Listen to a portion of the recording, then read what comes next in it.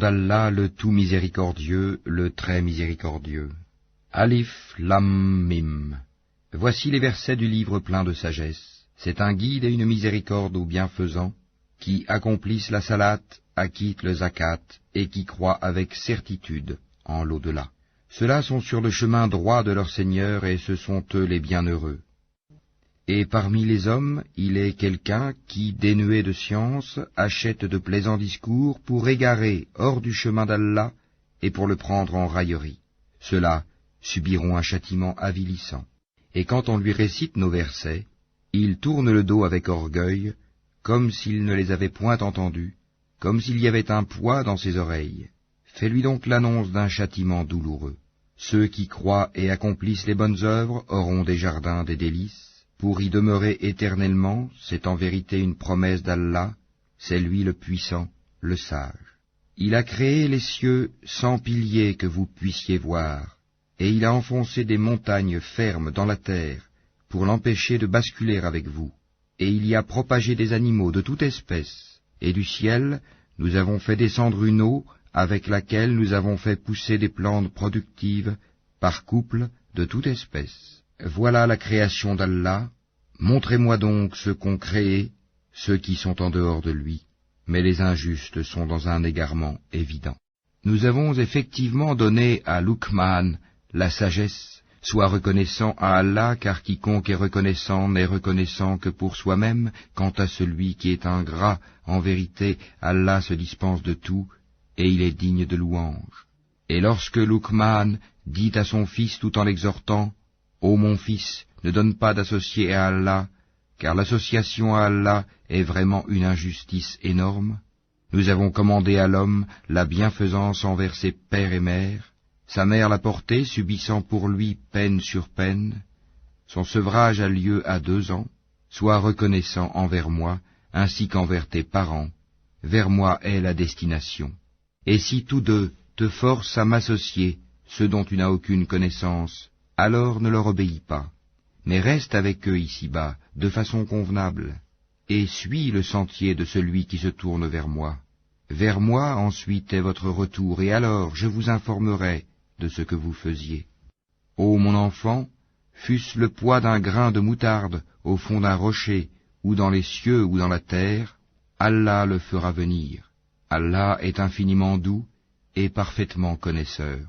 Ô mon enfant, accomplis la salate, commande le convenable, interdis le blâmable, et endure ce qui t'arrive avec patience. Telle est la résolution à prendre dans toute entreprise. Et ne détourne pas ton visage des hommes, et ne foule pas la terre avec arrogance, car Allah n'aime pas le présomptueux plein de glorioles. Sois modeste dans ta démarche, et baisse ta voix, car la plus détestée des voix, c'est bien la voix des ânes. Ne voyez-vous pas qu'Allah vous a assujetti ce qui est dans les cieux et sur la terre, et il vous a comblé de ses bienfaits apparents et cachés, et parmi les gens il y en a qui disputent à propos d'Allah sans science, ni guidée, ni livre éclairant, et quand on leur dit « Suivez ce qu'Allah a fait descendre », ils disent « Nous suivons plutôt ce sur quoi nous avons trouvé nos ancêtres ». Est-ce donc même si le diable les appelait au châtiment de la fournaise? Et quiconque soumet son être à Allah, tout en étant bienfaisant, s'accroche réellement à l'anse la plus ferme. La fin de toute chose appartient à Allah. Celui qui a mécru, que sa mécréance ne t'afflige pas. Vers nous sera leur retour, et nous les informerons de ce qu'ils faisaient. Allah connaît bien le contenu des poitrines. Nous leur donnons de la jouissance pour peu de temps, ensuite nous les forcerons vers un dur châtiment. Si tu leur demandes qui a créé les cieux et la terre, ils diront certes Allah. Dis, louange à Allah, mais la plupart d'entre eux ne savent pas. À Allah appartient tout ce qui est dans les cieux et en terre. Allah est celui qui se suffit à lui-même, il est le digne de louange. Quand bien même tous les arbres de la terre se changeraient en calame, plume pour écrire, quand bien même l'océan serait un océan d'encre, où conflueraient 7 autres océans, les paroles d'Allah ne s'épuiseraient pas, car Allah est puissant et sage. Votre création et votre résurrection à tous sont aussi faciles à Allah que s'il s'agissait d'une seule âme. Certes, Allah est audient et clairvoyant. N'as-tu pas vu qu'Allah fait pénétrer la nuit dans le jour, et qu'il fait pénétrer le jour dans la nuit, et qu'il a assujetti le soleil et la lune, chacun poursuivant sa course jusqu'à un terme fixé? Et Allah est parfaitement connaisseur de ce que vous faites. Il en est ainsi parce qu'Allah est la vérité, et que tout ce qu'ils invoquent en dehors de lui est le faux, et qu'Allah c'est lui le haut, le grand. N'as-tu pas vu que c'est par la grâce d'Allah que le vaisseau vogue dans la mer, afin qu'il vous fasse voir ses merveilles? Il y a en cela des preuves pour tout homme patient et reconnaissant. Quand une vague les recouvre comme des ombres, ils invoquent Allah, vouant leur culte exclusivement à lui.